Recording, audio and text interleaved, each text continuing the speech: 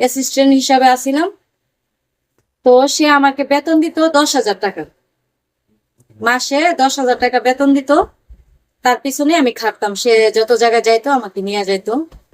পরে নিয়ে যাইতো পরে, তখন আমার বয়স একদম কম, 13-14 বছর। আমি তো স্মার্ট ভাবে চলাফেরা করতাম তখন, কারণ আমার বয়সটা কম। আর যার পিছনে আমি অ্যাসিস্ট্যান্ট গিরি করছি সে একটু বয়স্ক বেশি, মহিলা বয়স্ক।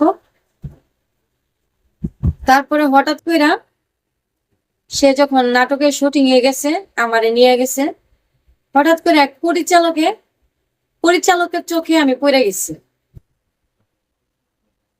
যখন সে বাইরেছে, মানে আমার ম্যাডামে বাইরেছে রেডি তার শুটিং করবো, তখন আমিও বেরিয়েছি রুম থেকে, মেকআপ রুম থেকে বেরিয়েছি। পরে এই এক পরিচালকের চোখে আমি পড়ে গেছি। তো পরিচালকে আমার বলতেছে যে তুমি তো ফোন চালাও, তো তোমার নাম্বারটা আমাকে দাও। পরে আমি বলছি জি ফোন চালাও।